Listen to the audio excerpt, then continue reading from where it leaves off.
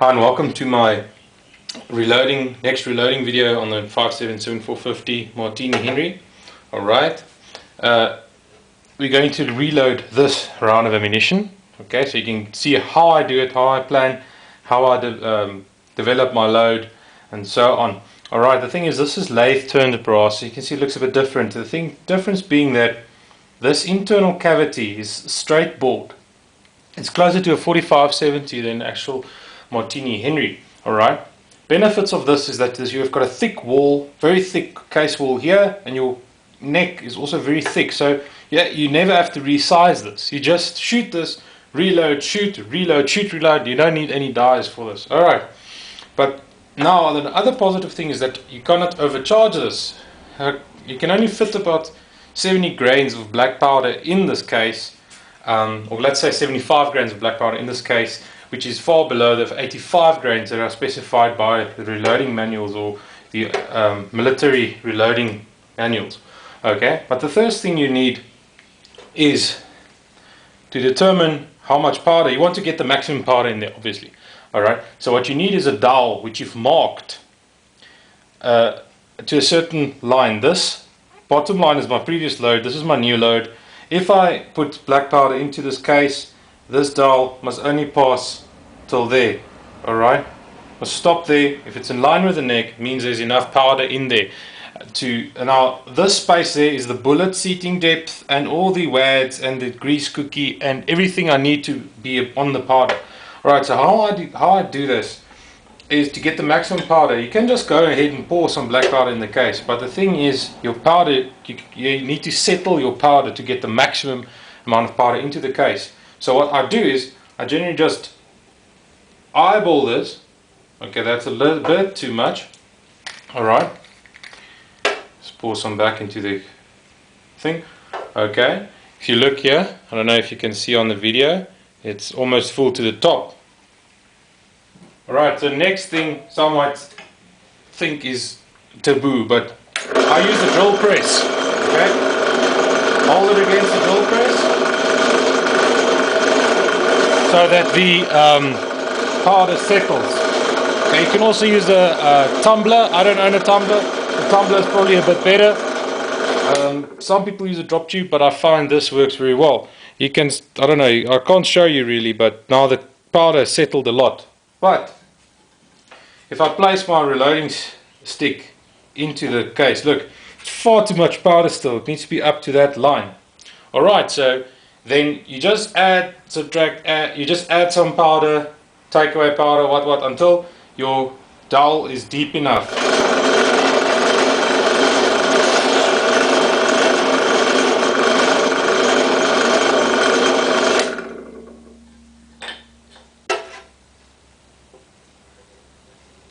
Okay, there we go. You see, now it's in line with the case. Alright, now I marked just using a vernier, but now what the next thing is, you should also compact your black powder. So I can actually add a wee bit more. Alright, just close my black powder powder flask. Okay, add a little bit more and just see what happens. Settle it. Okay, see what happens now. Okay, see there, it's a bit, you've got like a 1 millimeter gap. That's okay, because the thing is, what you want to do now is you want to put this on a hard surface and press down on it. You'll see that it settles. In the next part of the video I'll show you that. And then what I'm going to do is I'm going to measure the charge of powder that I know for the rest of the reloads how much powder needs to go into the case. That is in grain. Alright, I measure weight, I'm sorry, not grain, I mean weight. You can also measure in volume, but I prefer measuring by weight because I'm used to it with all my other rifles. But I've measured the powder that I put into the case. It was actually 70 grains of black powder. Will be fine, will work perfectly. So what I now can do is I can go, and all the rest of my reloads I can just weigh with using my flask. I can just weigh out a charge of 70 grains of black powder, pour it in the cases, go and settle it on the drill press, and then do the rest of the loading. Okay, just pour in some of the powder, one will note it's not completely settled. Okay, now I'm just going to go over to the drill press and just compact it again. Sorry, settle it again. There we go, the powder settled. So what I said earlier on, you can actually compact it. Right, as you see here, okay, the powder is not perfectly lined up. All I do is I just press down and drill hard. Okay, some more. Compact it real good. And there we go, now it's aligned. And now what we need now is I made some wads out of milk carton, out of a milk carton. Okay, 12mm, about little, just under half an inch. Place that into the shell and into the case. Press it down nice and tight so it seats on the powder. Okay. And then next, after you seated the first wad, is to put in a grease cookie. Alright, this is 12mm, no sorry I'm lying, 8mm thick lube that I made up myself. Alright, this is an old ice cream lid. It's roughly 8mm deep, so this is roughly 8mm thick. And, previously I've loaded 3mm grease cookies, but this was too little lube. The thing is, you know you have enough lube when you shoot the round, and at the front of your muzzle there's a little bit of grease. Alright, it's like oiliness that comes through, then you know you've got enough grease in your bullet. Alright, it's important that these are glazed, okay, that the grease does not leak into your powder charge, because if it gets contaminated, your powder will not burn efficiently and you'll have unburned powder. Right, so all you do is just take your round, press it into the grease and hope it comes out. Yeah, there we go. Alright, there you have your grease cookie. Okay, and what I do then is I have a needle, okay, pin. Okay, you can see if you press down on this it comes out again because there's air trapped inside. Okay, then all I do is poke a few holes in it and then I can press it in. Okay, then another card on top of that. Okay, another card on top of that. Seat it. Okay, and then another card, because you don't want the grease to get stuck to your bullet. Alright, so another card on top of the other one, so you've got two cards. Okay, then just compact it a bit again so it's nice and firm. There we go, and we're ready to seat the bullet.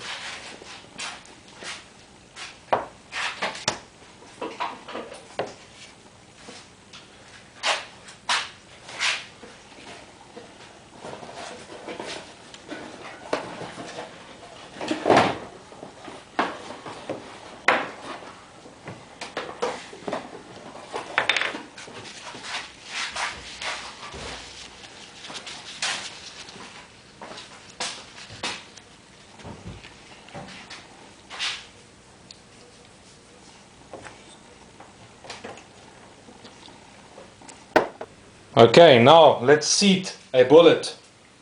Right, the bullets that I have here I've cast myself, okay, and they're paper patched with airmail paper.